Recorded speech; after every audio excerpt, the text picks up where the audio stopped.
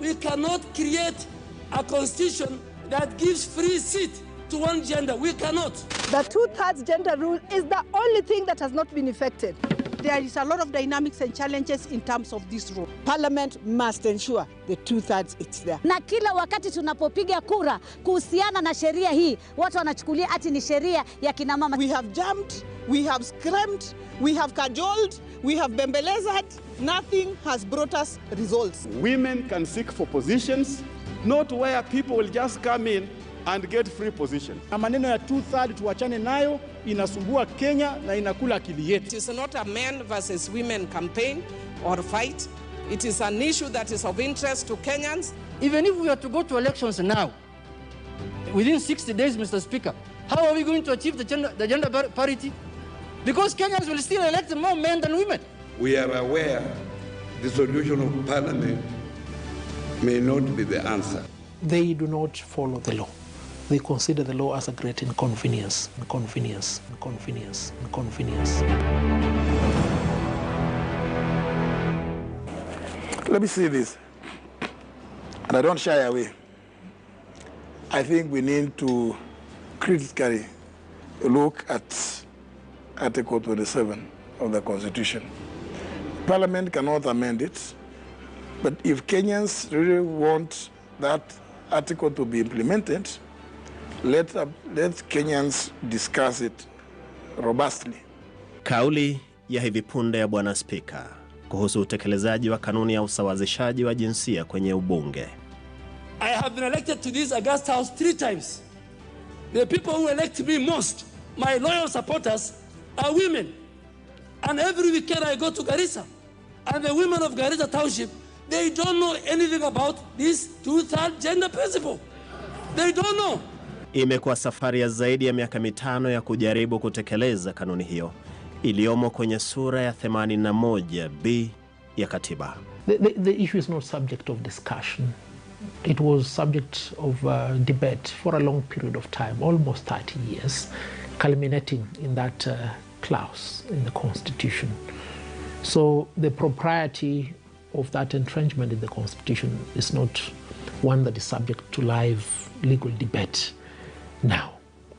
Juma kama hili mwaka jana 2020, vyombo vya habari vilichangamkia mojawapo ya hatua za kukumbukwa za jaji mkuu wakati huo, David Maraga. Alimshauri Rais Uhuru Kenyatta kulivunja bunge. Maraga kwenye waraka wenye kurasa 10 alisema amepokea maombi 6 kutoka kwa Wakenya walomtaka atii katiba ya Kenya. Kwenye waraka huo, Jaji Maraga alitamka hivi: Mheshimiwa Rais, mbele yangu yapo maombi 6 ya Wakenya yanayonitaka kukushauri kwamba ulivunje bunge kuambatana na kifungu cha 261 sehemu ya 7 cha katiba ya Kenya, kikiambatanishwa na vifungu 27 sehemu za 3 na 8, vile vile kifungu cha 81B na kifungu cha 100. Hatua hiyo ikawa taarifa kuu kwenye vyombo vya habari hapa nchini na vya kimataifa. Now, should President Uhuru Kenyatta heed Chief Justice David Maraga's advice to dissolve Parliament? The fate of the 416 members of Parliament now lies before 5 High Court judges. Move by Chief Justice David Maraga to advise President Uhuru Kenyatta to dissolve Parliament has raised a number of constitutional concerns. Katika bunge la taifa, mapokezi ya ushauri wa jaji mkuu kwa rais yaliandamana na mihemko, lawama na kauli kuhusu nani alifaa kushughulikia kanuni ya usawazishaji wa jinsia katika bunge. This is not an issue of a decision of one person, Mr. Speaker. These members you are seeing here were elected by the people of this republic, Mr. Speaker. Each one of them. And they are all carrying the mandate of the people of this country, Mr. Speaker. Kufikia wakati huo, bunge lilikuwa limepewa maagizo 4 ya mahakama, likiwemo agizo la mahakama ya juu la mwaka 2012. Agizo hilo lilisema bunge lichukue muda wa kuandaa sheria ya usawazishaji wa jinsia ndani mle. Shughuli ikamilike kufikia mwaka 2015. Kufikia mwaka jana, swala hilo lilikuwa kwenye njia panda. Ushauri wa Jaji Maraga kwa rais ukalizuzua bunge. The Speaker, we cannot create a constitution that gives free seat to one gender. We cannot. Maneno ya 2/3 tuachane nayo, inasumbua Kenya na inakula akili yetu. It is not a men versus women campaign or fight. It is an issue that is of interest to Kenyans. Women can seek for positions, not where people will just come in and get free positions. Even if we are to go to elections now, within 60 days, Mr. Speaker, how are we going to achieve the gender parity? Because Kenyans will still elect more men than women. Parliament and the Attorney General rushed to court and obtained an order staying the implementation of the advisory given to the President by the Chief Justice. The order of stay was meant to last until the hearing and determination of the case. The case was heard to conclusion in April this year, and a judgment was being awaited to be delivered on notice. Now it transpired that Parliament moved to the Court of Appeal. Ni mwaka mmoja sasa swala hilo limekuwa likienda tezi na omo pale kotini. Mpira wa kinadharia unachezwa baina ya mahakama kuu na mahakama ya rufaa, huku kanuni ya usawazishaji wa jinsia bungeni ikikosa kuafikiwa. Je, Wakenya waliomwomba Jaji David Maraga kumshauri rais alivunje bunge walikuwa kina nani? Kwenye waraka wake, Jaji Maraga aliwaorodhesha. Jina la kwanza kwenye orodha lilikuwa Margaret Toili, ambaye ombi lake lilimfikia Jaji Mkuu Aprili tarehe 12 mwaka 2019. Jina la pili lilikuwa la Frederick Mbugua, ombi lake lilipokewa tarehe 7 Mei mwaka 2019. Stephen Owoko na John Wangai maombi yao yalipokewa tarehe 20 Novemba mwaka 2019. Bernard Owoko, ambaye ombi lake lilifika kwa Jaji Mkuu tarehe 18 Juni mwaka 2019. Aliyekuwa mbunge wa Marakwet West, David Sudi, ombi lake lilimfikia Jaji Mkuu tarehe 10 Julai mwaka 2019. Tuliomba mambo moja muhimu sana, ni vile hii bunge ya 12 imekataa ku-implement zile 2/3 gender rule. Mkosa moja ile tulifanya wakati ule wa referendum, wakati wa nini akasema tupitishe turekebishe, hao wengine wasema turekebishe tupitishe, because it was if these things would be done, it would have been done that time. Chama cha wanasheria nchini LSK kiliwasilisha ombi lake na likawa la mwisho, lilimfikia Jaji Mkuu tarehe 20 Julai mwaka 2020. Who brought the stalemate insofar as the manner of conduct by Chief Justice Maraga was concerned? It was not him, it was other players. Kudurusu na kupitia kwetu kwenye nyaraka kumeonyesha kwamba wito wa Wakenya hao kwa Jaji Mkuu ulikuwa ukirejelewa na kusukumwa siku baada ya siku. Kwenye nyaraka zao, Wakenya hao walikuwa wakilikosoa bunge vikali.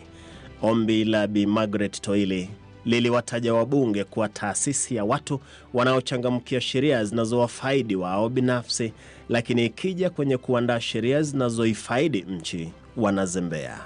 Ombi la Frederick Mbugua lilisema, nikiwa Mkenya maskini ambaye ameumizwa na utawala mbaya ulopo hapa nchini, licha ya kuhusika katika kuwapigia kura viongozi, baadaye huwa vigeugeu. Kwa hivyo mwokozi wangu ni katiba ya Kenya. Nalo ombi la Wakenya Stephen Owoko na John Wangai lilimkumbusha Jaji Mkuu tamko lake wakati alitupilia mbali uchaguzi wa urais mwaka 2017, akisema kwamba umaarufu wa nchi haumo kwenye nguvu za majeshi yake, utajiri wake au jingine lolote, ila kwenye heshima kwa katiba na utiifu kwa Mungu. The greatness of a nation lies in its fidelity to its constitution and a strict adherence to the rule of law, and above all, the fear of God. Aliyekuwa mbunge wa Marakwet West David Sudi, kwenye barua yake ya pili kwa Jaji Mkuu, aliomba kutane naye kujadili ombi ambalo alikuwa amemtumia mapema kutaka bunge livunjwe. Alisema bunge lilikuwa limepuuza maagizo manne ya mahakama. Bernard Owoko naye alimuomba Jaji Mkuu amshauri rais kulivunja bunge ili kuonyesha kwamba mamlaka ya nchi yamo kwenye katiba na raia wa Kenya, sawa na inavyosimuliwa kwenye utangulizi wa katiba. Ukiwa mwaka mmoja sasa, imebidi tukutane nao waliotoa shinikizo hilo. Chama cha wanasheria nchini LSK, mkuu wake akiwa Nelson Havi, aliyekuwa mbunge David Sudi na Bi Margaret Toile. Waraka wa jaji mkuu kwa rais ulimtaja Bi Toile kwa wa kwanza kumtumia ombi la kutaka bunge livunjwe. Na si ati niliandikia the CJ mwanzo, nilifuata taratibu. Nikaandikia parliament petition ya kwamba wapitishe article 81B ambayo inasema either gender should not exceed 2/3. Ni theluthi tatu. Theluthi mbili ama tatu, theluthi mbili. Kabla utume ombi kwa jaji mkuu, ulianza kwa kutuma nyaraka kwa spika. Tueleze ulituma barua ngapi kwa spika na alizichukulia namna gani? Spika niliandika barua mbili. Moja, wabunge walikusanyika 222 kwa sababu hata serikali na hawa leaders wakubwa walikuwa for it. They were for it. So they were to pass it. But they were less, 11 members of parliament to realize the 2/3 gender to pass, to enact the article 81B. Tulipokuwa tunaendelea, nikaona kama it was dwindling, ni kama itakufa kama zingine vile zimekuwa zikikufa at the high courts. So ikibaki wiki moja, nikaandika a petition to remind them that on this date you had decided, you postponed, please act. So nikawapatia. Nilipowapatia wakakuja 178. At the time of voting there were 174. 4 had taken off. Constitution katiba nasema wabunge wanapokataa kupitisha huo mswada, mtu yoyote, Mkenya yoyote ako halali, ako right kuandikia the president of the judiciary, the chief justice in the Supreme Court. Baada ya kuifikia afisi ya jaji mkuu, Bi Toile aliendeleza shinikizo akimkumbusha kupitia kauli kadhaa, baadhi zikiwa na matamshi yanayomtia mtu hamasa. Hapa katikati unamwambia na unajua unamwandikia chief justice, mtu ambaye ni president wa Supreme Court, anaogopewa sana. Lakini hapa unasema my prayer to you is very legally and constitutionally placed and very straight, which does not need or require a genius to interpret, affirm and implement. Mbona ulimwandikia Chief Justice lugha kama hii? When I speak, when I write, I'm writing on behalf of the voiceless, marginalized women of Kenya. And even men are suffering, and the youth. So, it's not me. I'm representing. Wazo kwamba taasisi ya uwakilishi watu, mfano bunge ambayo katiba imeipa mamlaka ya kutunga sheria, yafaa itoe mfano kwa taasisi nyingine za taifa kwenye kanuni ya usawazishaji baina ya jinsia, ndilo lilikuwa kuu machoni pa baadhi ya walomuomba jaji mkuu. David Sudi alikuwa na mtizamo huo. Vile sheria ilisema, ile constitution vile iliandikwa, tukimaliza katika bunge ama kwa electoral wale wanachagulia kwa siasa, the rest will follow. Even other places you will have a gender in place.